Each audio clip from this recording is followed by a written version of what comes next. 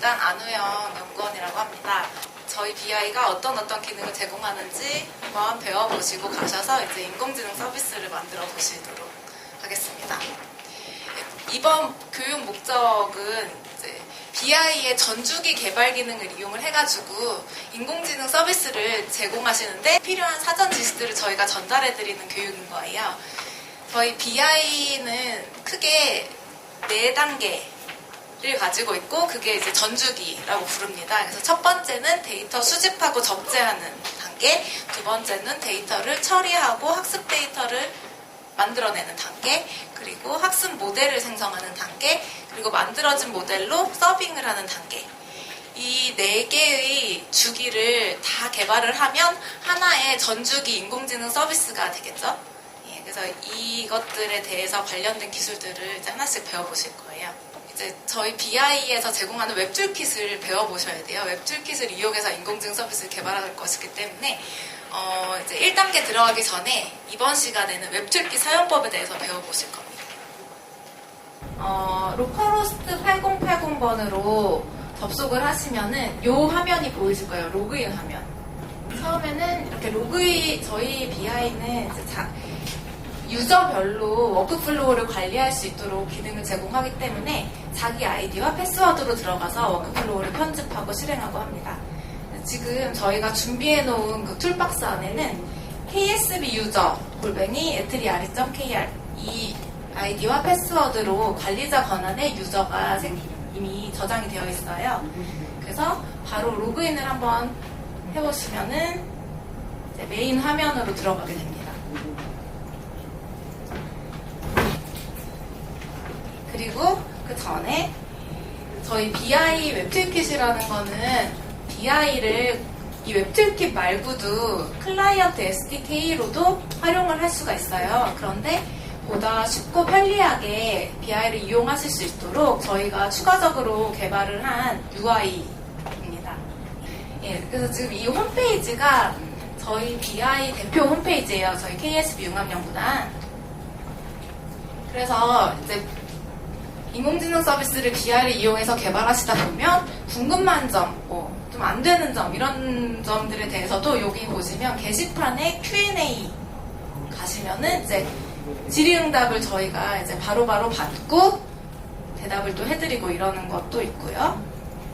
그리고 BI 홈페이지 보시면 저희 BI에 대한 개요, 그리고 다운로드, 지금 최신 버전이 19.03 버전으로 릴리즈가 되어 있는데 각 버전별로 이제 받으실 수가 있고요. 그리고 매뉴얼에 가시면 시작하기에는 아까 전에 시작을 어떻게 하는지 아니면 내가 다운로드 받은 파일을 어떻게 설치하는지 이런 정보에 대해서 쭉 설명이 되고, 그리고 사용자 가이드는 웹툴킷을 이용해서 인공지능 서비스 워크플로우를 어떻게 만드는지에 관련해서 설명도 되어 있고, 그리고 다양한 예제들이 제공이 되고 있습니다. 그때 잘 기억이 안 난다, 교육 내용이. 그러면은 여기에 있는 워크플로우 예제에 자세하게 설명이 되어 있어요. 이 예제가 어떤 예제이고, 이 예제를 돌리기 위해서는 어떤 엔진에, 어떤 컴포넌트에 어떤 값을 세팅해야 되는지 이런 것들이 잘 설명이 되어 있으니까 많이 보시고 다른 서비스 개발하실 때도 참고하시면 좋을 것 같습니다. 그리고는 이제 매뉴얼에 보면은 개발자 가이드도 제공을 하고 있어요. 저희 프레임워크가 오픈소스 소프트웨어잖아요. 그리고 그래서 이제 대부분의 기능들을 다 오픈을 하고 있어요. 그래서 코드를 직접 보실 수가 있고 또 수정을 하실 수가 있고 내가 만든 새로운 컴포넌트라고 표현을 하는데 그런 컴포넌트도 개발해서 추가를 할 수가 있고 그렇습니다. 그래서 그 개발하는 방법을 어떻게 하면 개발을 하고 저희 거에 탑재를 할 수가 있는지 그런 것들에 대해서도 이렇게 가이드라인을 제공을 하고 있어요. 있는 기능 이외에 다른 새로운 기능도 BI에 추가해서 내 서비스를 개발하고 싶다 하면은 이 개발자 가이드 부분을 교육을 좀 받으셔야 됩니다. 그래서 그거는 이제 심화 과정으로 여러분의 요청이 있으시면 아까 실장님께서 말씀하셨듯이 저희가 인원을 모집해서 연구원 안에서라든지 해서 교육을 해드리려고 합니다. 이 개발자 가이드 관련해가지고 필요한 것들이 요 코어 빌드와 API 레퍼런스 여기에요. 그래서 이거가 이렇게도 제공이 된다. 그리고는 이제 게시판 쪽에 가시면 다양한 공지사항들도 올라가 있고요. 네, 그래서 저희 홈페이지랑도 좀 친해지실 필요가 있습니다.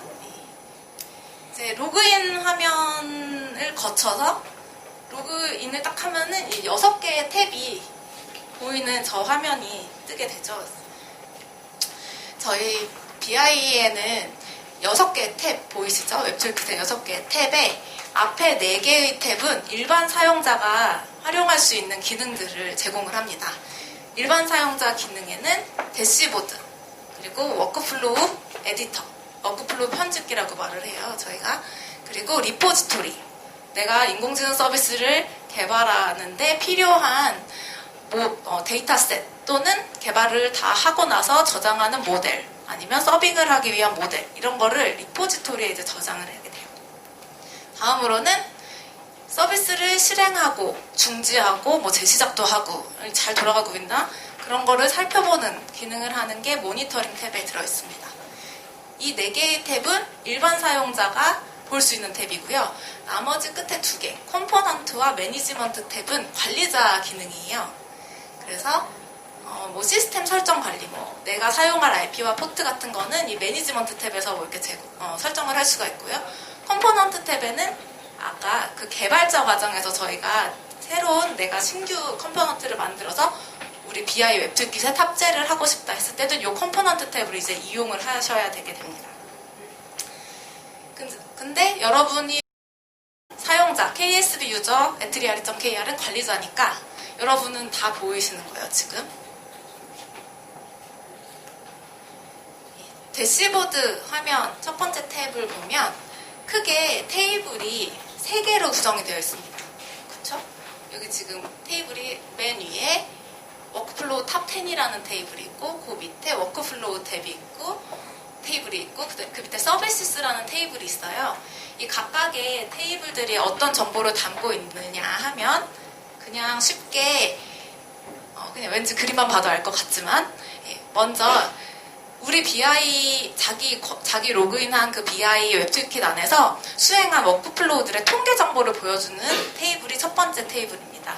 그래서 내가 몇 월 며칠부터 몇 월 며칠까지 또는 언제 어느 기간 동안에 시작하고 종료한 워크플로우들의 개수를 보이고요. 두 번째는 성공했는지 실패했는지 아니면 내가 죽였는지 이런 워크플로우들이 돌아가고 나서 그 상태 정보가 보이게 됩니다. 물론 그 진행 중인 워크플로우도 몇 개인지 다 뜨고요. 다음으로는 세 번째, 이 그래프는 실행 소요 시간이에요. 그래서 얼마나 걸렸는지 내가 실행한 워크플로우가. 그래서 첫 번째가 통계 정보를 보여주고요. 두 번째는 내가 만든 워크플로우를 조회할 수 있어요. 그래서 여러분들의 지금 화면에는 여기가 비어 있으실 것 같은데 이렇게 달력 이거 누르면 달력이 뜨는데 여기서 쭉 해서 뭐 작년도 뭐 이렇게 가가지고 몇 월 며칠 이렇게 클릭하고 오늘 날짜로 검색을 하시면 워크플로우가 많이 뜰 겁니다.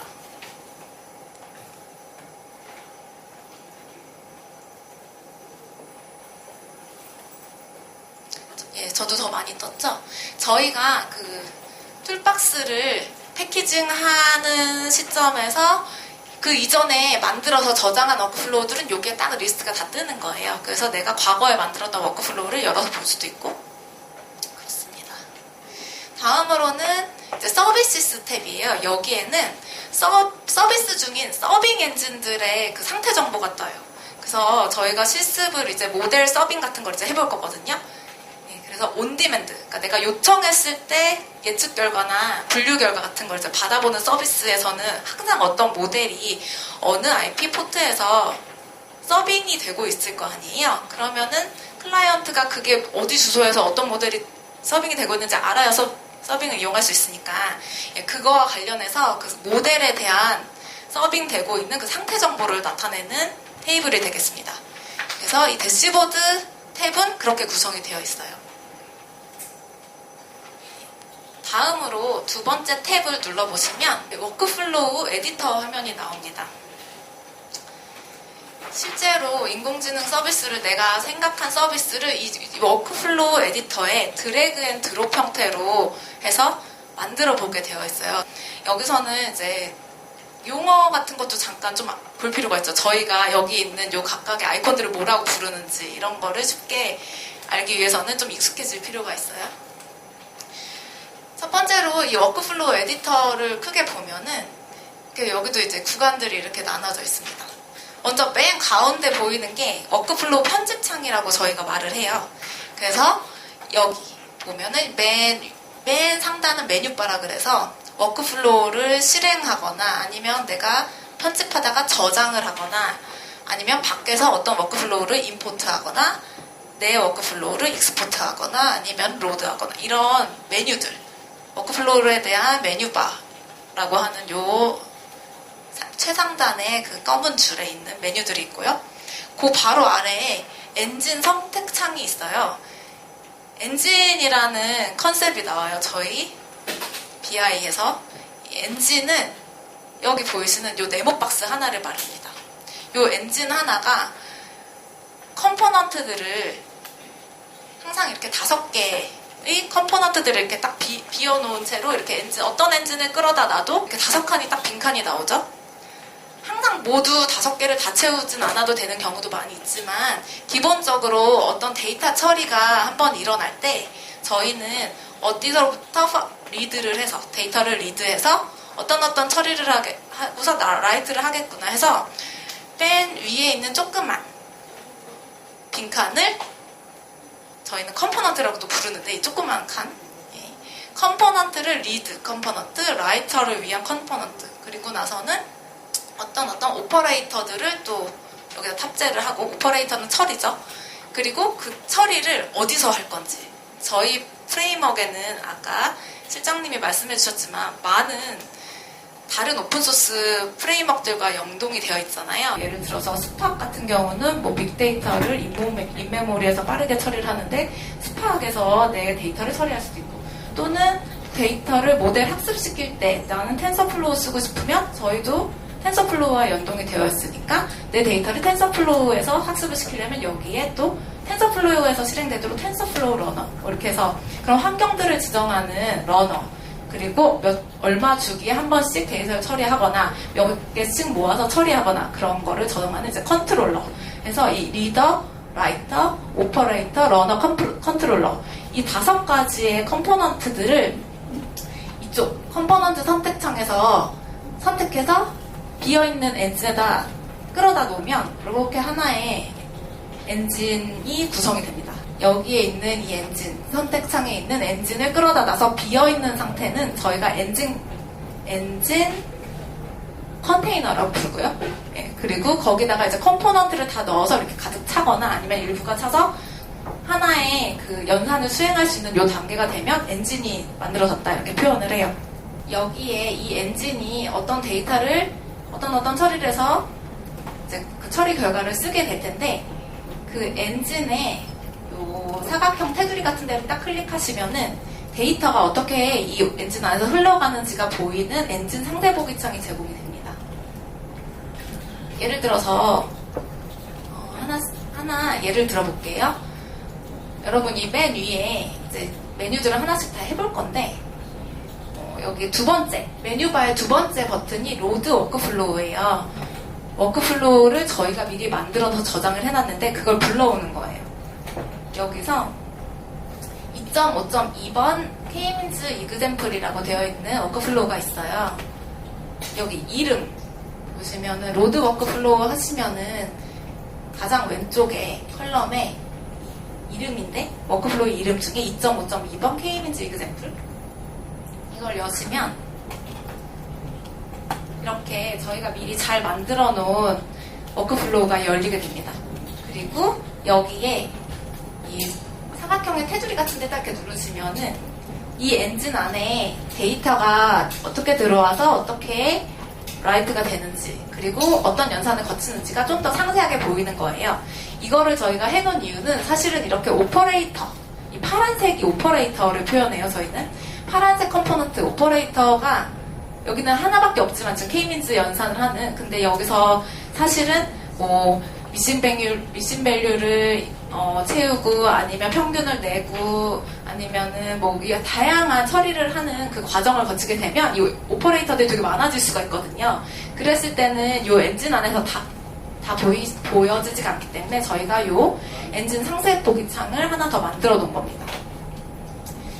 그리고 나서는 이제 여기에 내가 어떤 파일 리더를 예를 들어 가져와서 딱 세팅을 했다 하면 어디로부터 파일을 읽어올 건지, 내가 제 로컬 파일 시스템으로부터 파일을 읽어올 건지, 아니면 뭐 하둡 파일 시스템에 있는 파일을 읽어올 건지, 그 패스 정보 같은 걸 설정을 해줘야 되잖아요.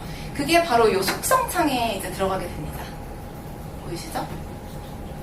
속성창. 예. 그래서 비어있는 엔진 유형을 하나 선택해서 끌어와서 컴포넌트 선택창에 있는 컴포넌트들을 또 드래그 앤 드롭을 통해서 그 비어있는 엔진에 채우고, 그리고 나서 그 각각의 컴포넌트가 구동될 때 필요로 한 그 속성 값은 요 속성창에서 이제 입력을 해주게 돼요.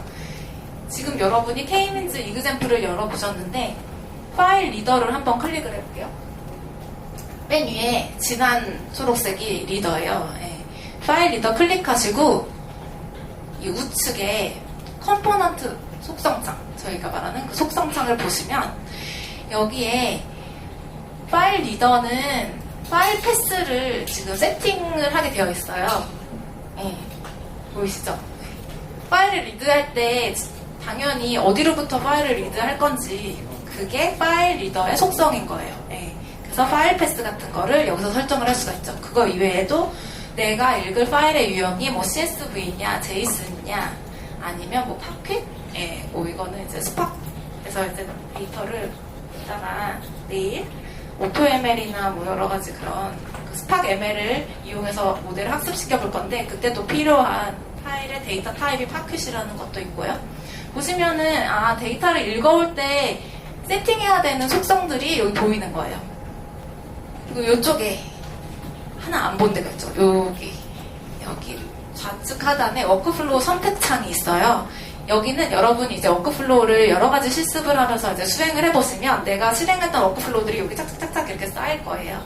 그래서 나중에 다른 엔진을 하나 디자인할 때 내가 아까 전에 만들었던 아니면 옛날에 만들었던 워크플로우를 드래그 앤 드롭을 해서 딱 여기다 갖다 놓으면 참고를 해서 보면서 또 편집도 할 수가 있고, 아니면 요 기존에 수행했던 워크플로우를 그대로 재활용도 할 수 있고 그렇습니다. 그래서 이렇게 구성이 되어 있다는 거를 아시고 하나씩 이제 메뉴가 어떤 역할을 하는지 다음 페이지에서부터 이제 설명을 드릴 겁니다. 첫 번째, 이 최상단에 있는 검은 줄에 있던 메뉴들을 하나씩 살펴볼게요. 메뉴 바에 있는 첫 번째 메뉴를 선택해보세요. 마우스를 롤 오버 시키면 뉴 워크플로우라고 뜨죠. 첫 번째 아이콘에. 그럼 여기서는 이제 신규 워크플로우를 생성하는 거예요. 이런 화면이 뜨고, 여기서 이제 처음에 빈 화면에서 내가 어떤 워크플로우를 만들 때 이제 뉴 워크플로우를 클릭하고 만들 겁니다. 여기서는 이제 몇 개 선택을 해줄 게 있는데, 저희가 그 컴포넌트 이제 좀 아시겠죠? 리더, 라이터, 오퍼레이터, 러너, 컨트롤러. 아까 요쪽에 있는 컴포넌트 선택창에 있는 것들이 컴포넌트예요. 예. 근데 이 컴포넌트를 저희는 1.0 버전을 지금 여러분한테 제공을 해드린 거고, 기본적으로 오픈을 해서.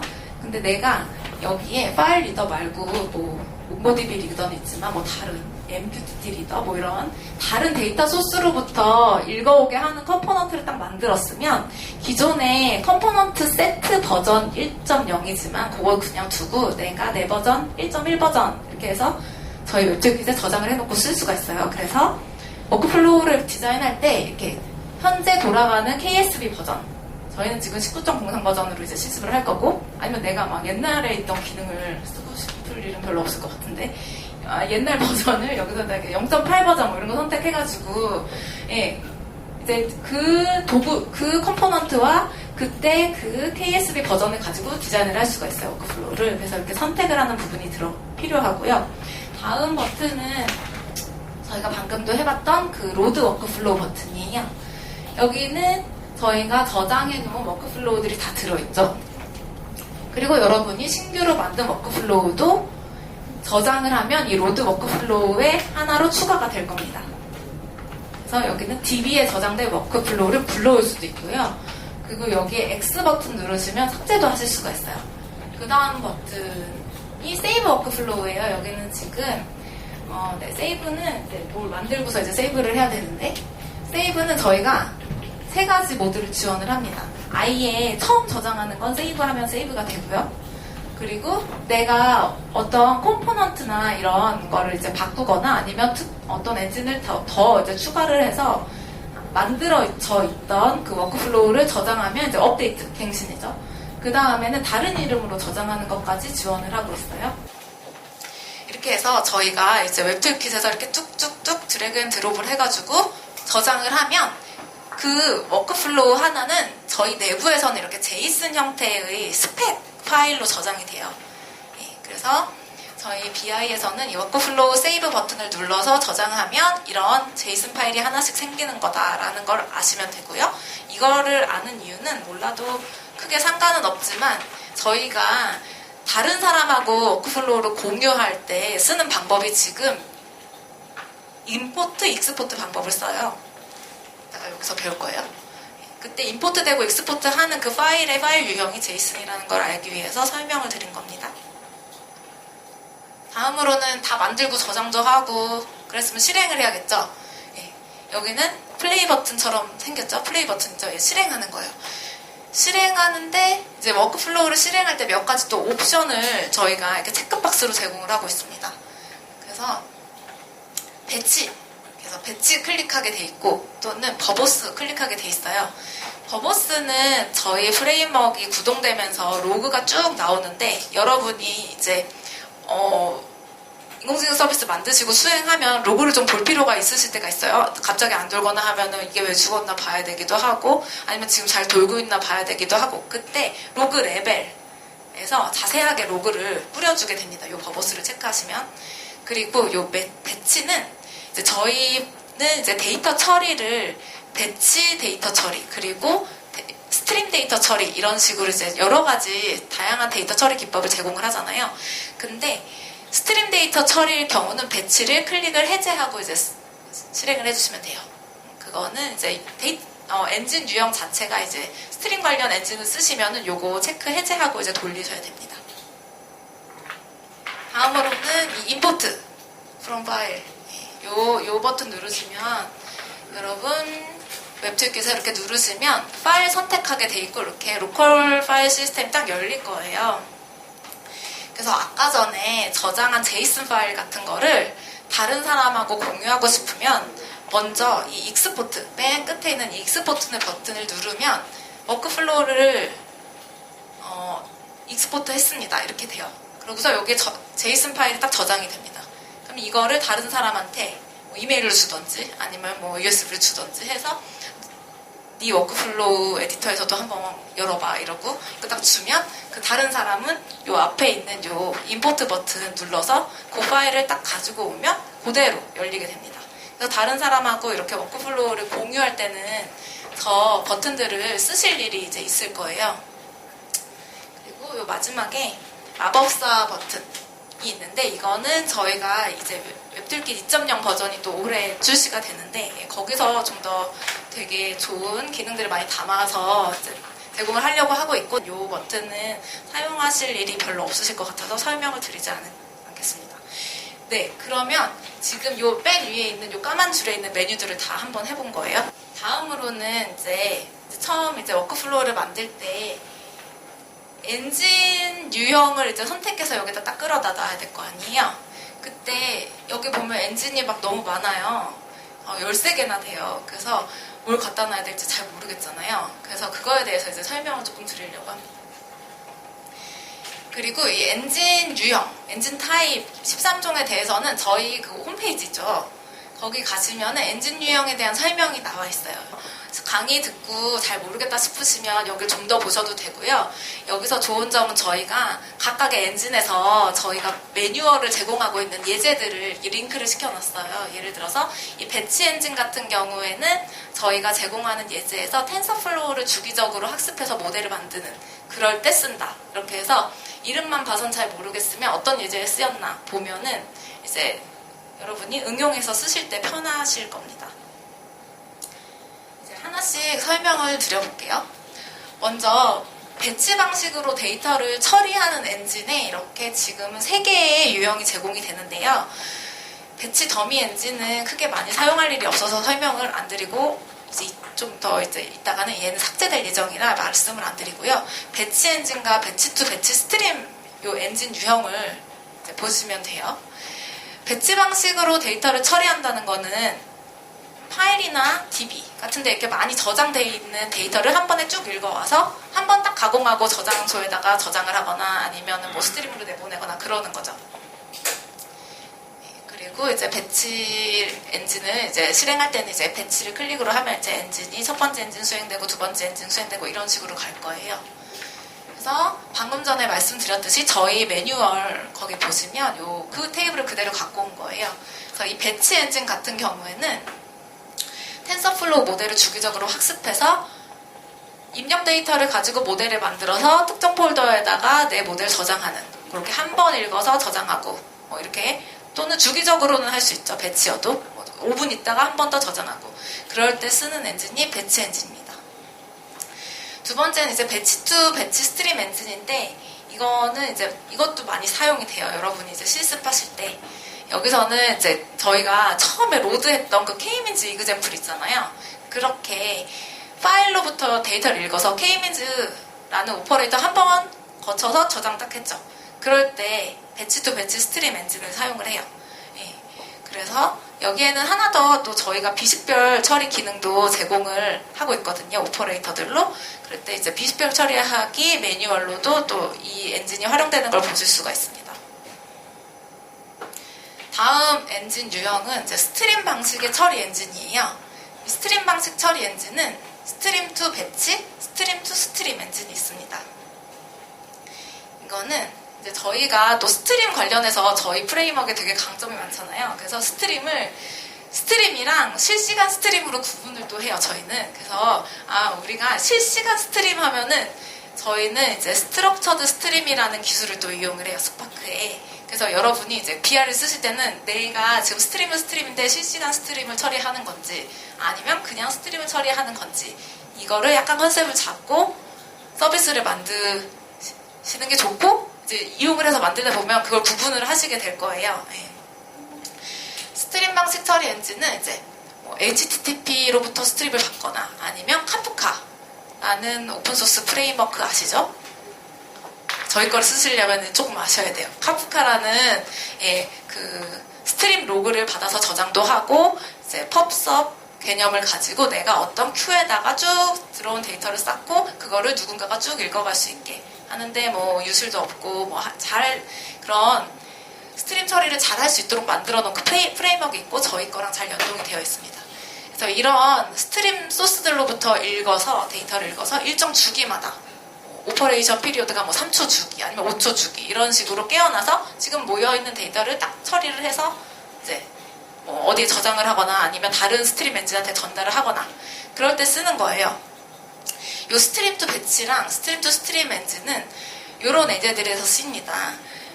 뭐 스트림 데이터 적재하는 거를 이제 저희가 바로 요 시간 끝나고 이제 할 거예요. 그래서 뭐 HTTP로 들어오는 하나 이렇게 데이터를 카프카 같은 데다 이렇게 적재를 하거나 몽고DB에 적재하거나 이럴 때 이거 쓰고요. 또는 교통 속도 스트림 데이터 처리하는 이 예제를 우리가 굉장히 많이 쓸 거예요. 저희가 하나의 그 대표 시나리오로 이제 교육에서 사용을 하고 있는데 그때 교통 속도 스트림 처리하는 거 그리고 뭐 서빙을 하기 위해서도 이제 스트림 투 스트림 엔진을 많이 사용을 합니다. 그래서 스트림으로 데이터가 들어와서 앱리스트 모델 같은 거에서 이 숫자가 뭔지 뭐 이런 거 구분해내는 예제도 저희가 제공을 하고 있고요. 그리고 뭐 이 실습도 할 건데 이제 ML 모델로부터 스트림으로 온도 데이터가 쭉쭉쭉 들어오는데 내가 머신러닝 모델을 하나 만들어 놓은 게 있다. 그래서 이 방의 온도가 한 10분 있다가 얼마나 될지 이런 거 예측하는 그 예제에서도 이 스트림 투 스트림 엔진을 사용하게 됩니다. 이 두 엔진은 실행을 하면 스파크 스트림이라는 프레임워크 안에서 데이터가 처리가 돼요. 스파크 스트림은 당연히 스파크 분산 병렬 처리를 하는 그 데이터 처리를 하는 스파크에서 동작을 하니까 이 엔진을 통해서 처리가 되는 데이터들은 다 분산 병렬 처리가 되고 인메모리에서 빠르게 잘 처리가 되는 거죠. 다음으로는 실시간 스트림이에요.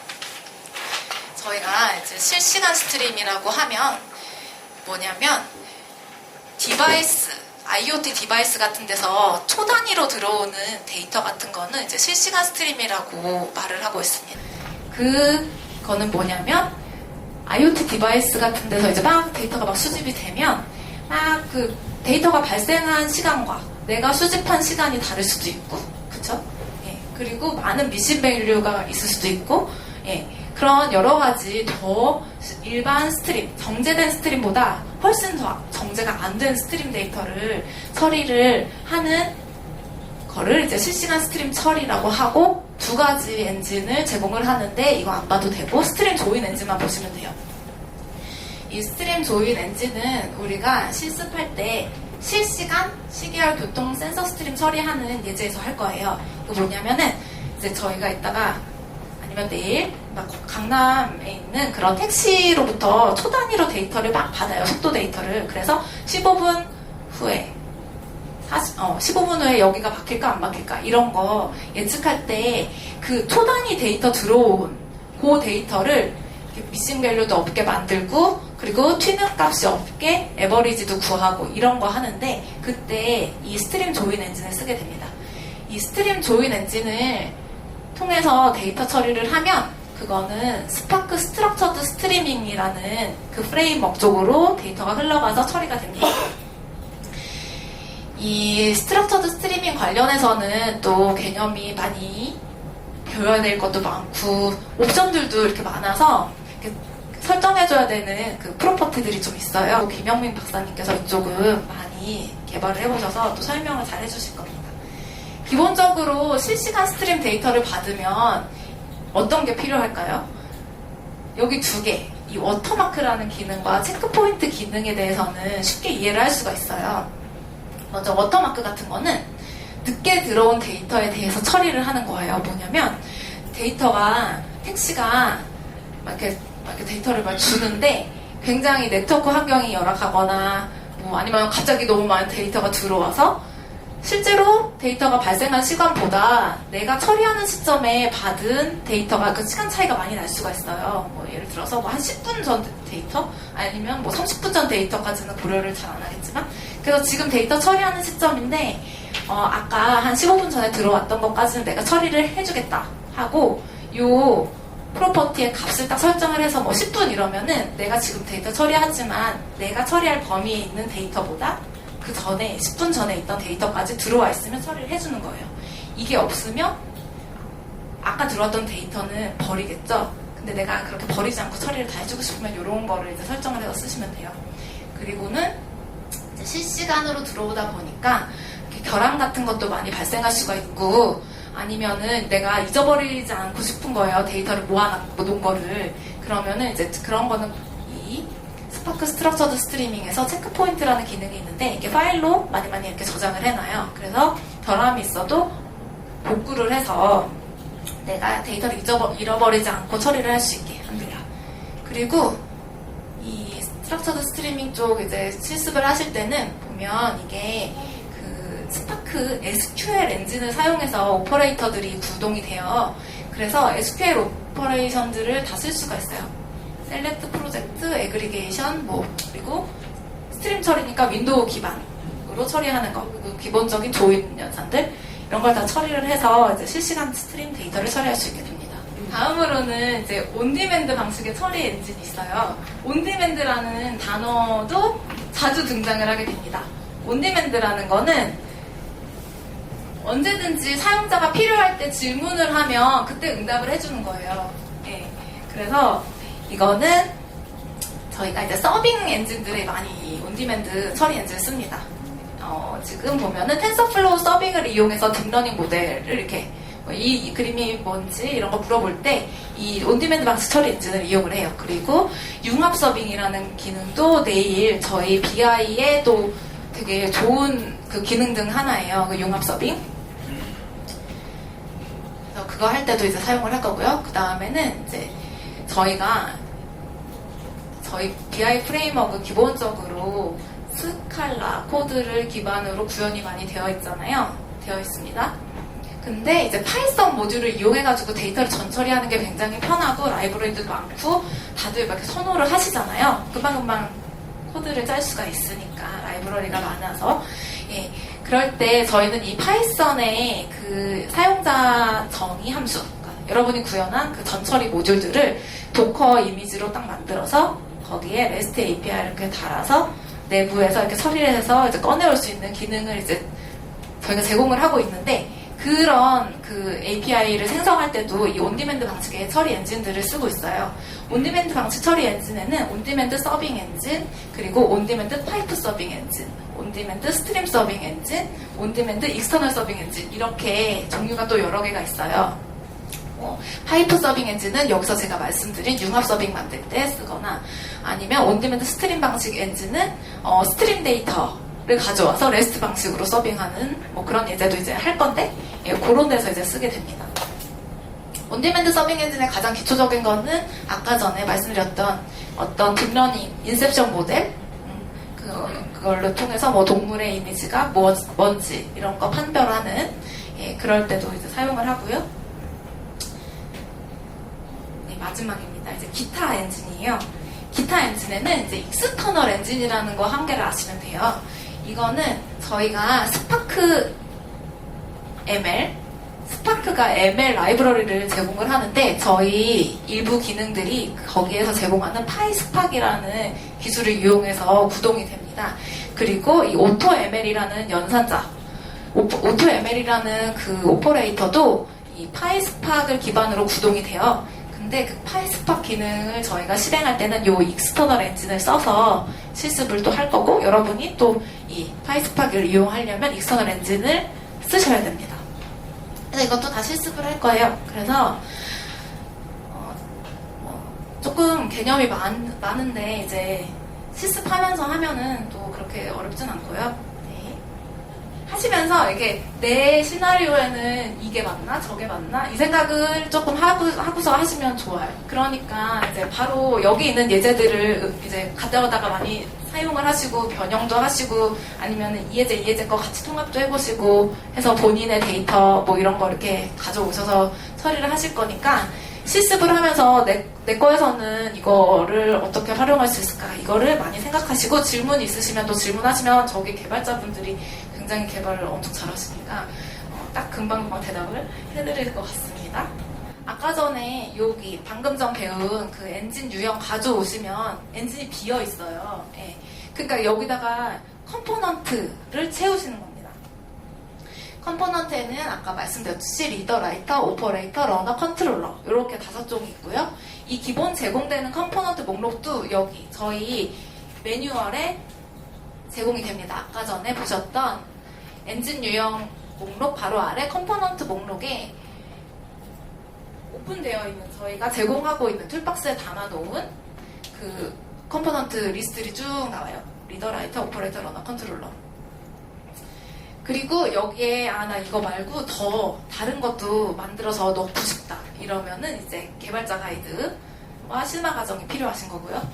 그거는 이제 요청하시면 저희가 강좌를 열어드리도록 하겠습니다. 저희가 예제를 통해서 이제 여기에 있는 그 컴포넌트들이 130 몇 종인데 실습을 통해서 거의 100가지 종류를 다 써보게 돼요. 그래서 실습만 잘 하시면은 많이 도움이 될 것입니다. 이걸 쓰시는데 다음으로는 제가 다 설명을 드려서 금방금방 넘어갈게요. 파일 리더 같은 거에서 필요한 속성 값을 여기 우측 상단에 있는 컴포넌트 프로퍼티 창 속성 창에다가 입력을 하신다고 했고요.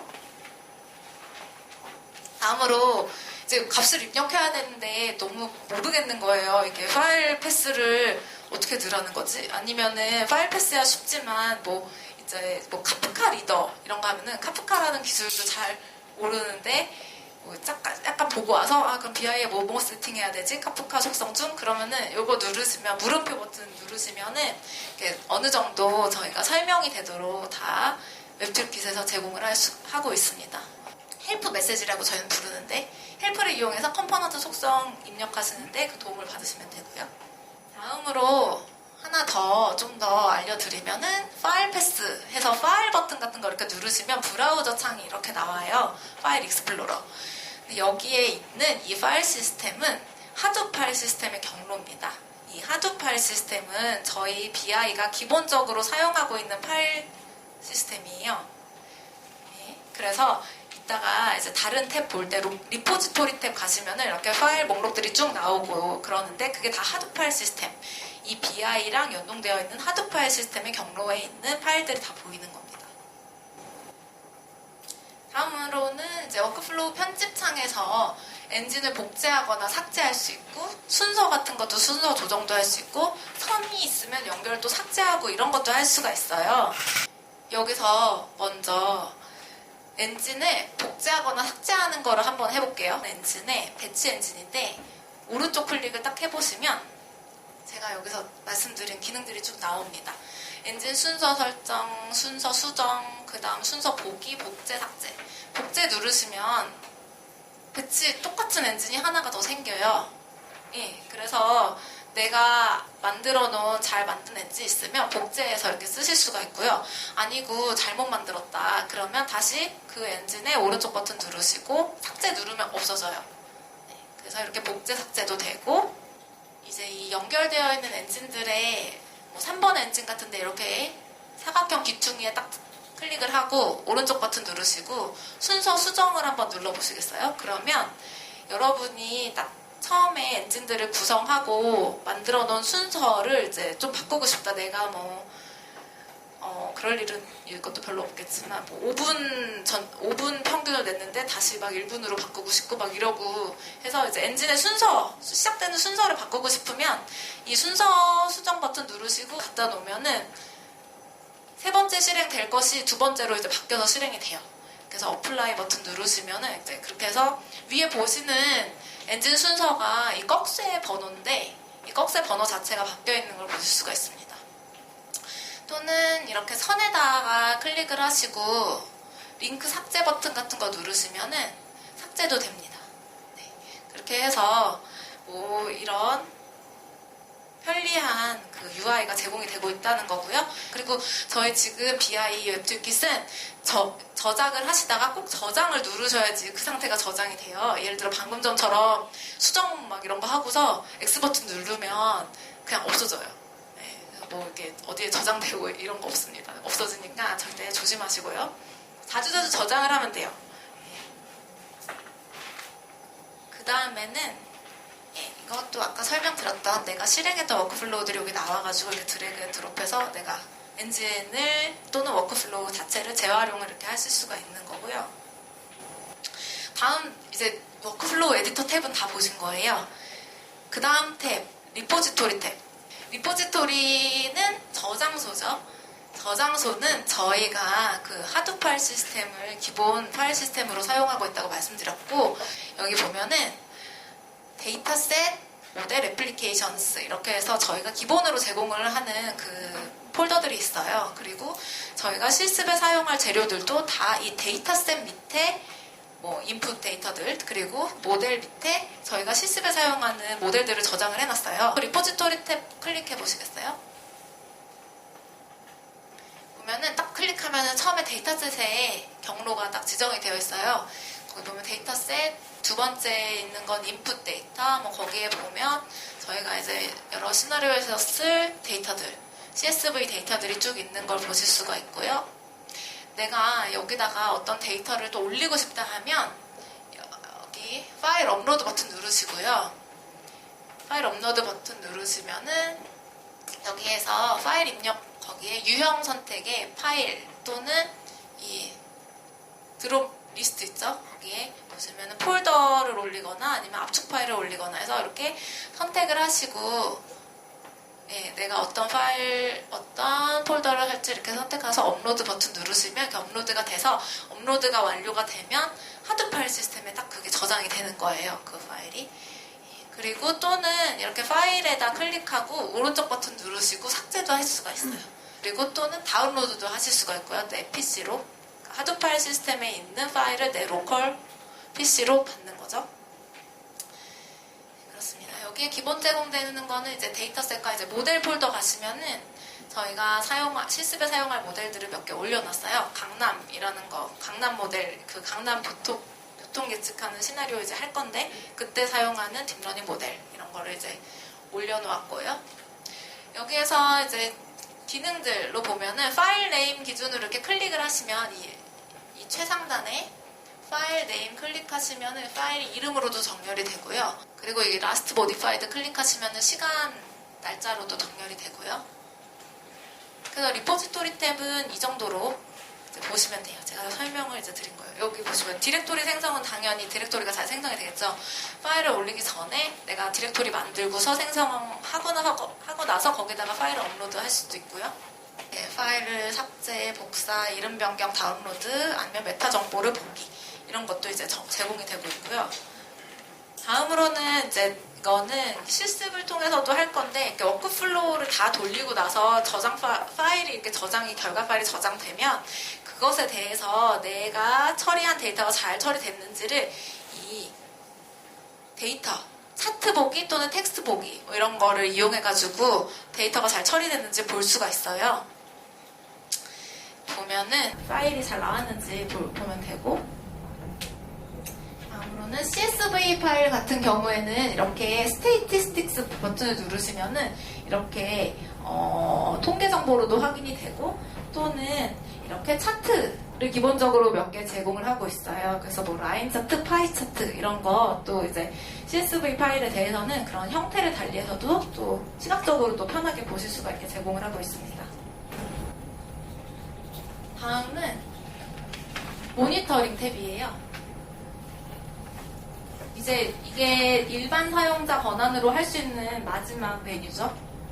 이 모니터링 탭은 워크플로우의 진행 상태나 아니면 진행됐던 내역 그런 거를 보고 제어도 할 수가 있어요. 돌아가던 거를 내가 죽이거나 아니면은 죽은 거를 재시작시키거나 아니면은 잘 끝난 것도 재시작시킬 수가 있고요. 보시면은 이게 워크플로우가 쭉 이렇게 나오게 되고, 여기서 뭐 하나의 워크플로우가 아까 전에 그 교통 엔드-투-엔드 시나리오처럼 5개의 엔진으로 구성된 경우가 있잖아요. 그럴 때는 A라는 워크플로우에 5개의 엔진이 밑에 쭉쭉쭉 달리고, 그 엔진이 각각의 엔진이 지금 뭐 실행이 됐는지 아니면 멈춰 있는지, 예를 들어서 뭐 내가 하나의 시나리오 안에서 딥러닝 모델은 한 15분에 한 번씩 학습돼서 나오게 했다 하면 그 배치 엔진, 텐서플로우 트레이닝을 하는 그 엔진은 15분에 한 번 인프로그레스로 실행이 됐다가 그 다음에 컴플리트도 됐다가 뭐 이런 식으로 상태가 쭉쭉 변할 거예요. 보시면은 여기 4번 버튼 같은 경우에는 새로 고침해주는 거예요. 새로 고침해서 엔진이 지금 실행이 됐는지 죽었는지 이게 실시간으로 이 UI 환경에서 오토 리로드가 되는 그런 버튼도 있습니다. 여기에는 이 상태 정보인데 이게 다양한 예제를 하다 보면 또는 돌아가셔서 실제 서비스를 만드시다 보면 모니터링 탭에 이제 이런 상태들이 이제 많이 보이실 거예요. 아마 실습을 할 땐 다 잘 돌아갈 거니까 컴플리티드가 많겠죠. 그런데 이제 실제로 가서 이제 개발을 해보시면은 이렇게 제공이 되고 있어요. 여기 요걸 말하는 거예요. 여기에 있는 스테이터스. 이게 저희가 워크플로우의 상태 정보를 보이는 거예요. 근데 여기 보시면은 요 플러스 버튼이 있어서 요 앞에 플러스 버튼 이게 지금 플러스 버튼 누르시면은 엔진이 스트림 투 배치 엔진 하나죠. 또는 여러 개 있으면 여기 엔진 여러 개가 달리는 건데 이 각각의 엔진의 상태 정보가 이렇게 구성이 됩니다. 여기에는 실행 중이면 인프로그레스, 색깔도 이렇게 보여요. 여러분 웹즈킷에 이제 컴플리티드는 초록색으로 보이시죠? 페일 되면 에러가 있어서 페일 되면 페일드가 보이실 거고요.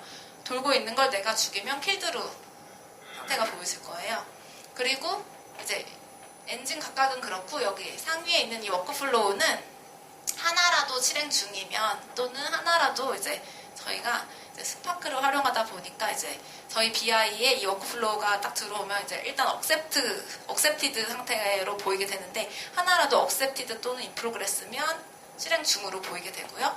다 끝났어요. 예를 들어 에러가 있어도 끝나 있으면 모든 엔진이 끝나 있으면 finished로 보입니다. 그래서 이제 모니터링 탭은 이렇게 하시면 되고요. 워크플로우 히스토리 가시면은 결과 파일을 확인을 할 수 있는 방법이 리포지토리에 가서 확인할 수 있는 방법도 있는데 워크플로우 돌아갔던 그 모니터링 탭에서 히스토리 탭에 가서 보실 수도 있습니다.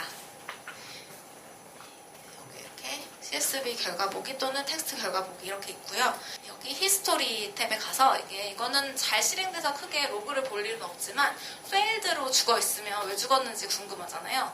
그때는 이 I 버튼이 있어요. 결과 보기 옆에 쇼 로그 I 버튼. 이거 누르시면은 이 워크플로우가 수행되면서 다양한 프레임워크들이 돌고 저희 BI 프레임워크도 돌고 하잖아요. 그때 엔진에서 나온 로그들이 볼 수 있게 이렇게 제공이 되고 있습니다. 그래서 이 워크플로우 히스토리 탭은 두 가지 용도로 쓰는 거예요. 이렇게 잘 돌았는지 죽었으면 왜 죽었는지 보러 I 버튼 누르러 들어가거나 아니면 잘 끝났으면 내가 설정한 경로에 파일이 잘 나왔으면 그 파일에 데이터가 어떻게 적혀 있는지 보는 거예요. 그런 식으로 해서 이제 워크플로우를 실행도 해봤고 히스토리도 봤고 실행 상태가 어떻게 됐는지도 봤고 결과도 봤습니다.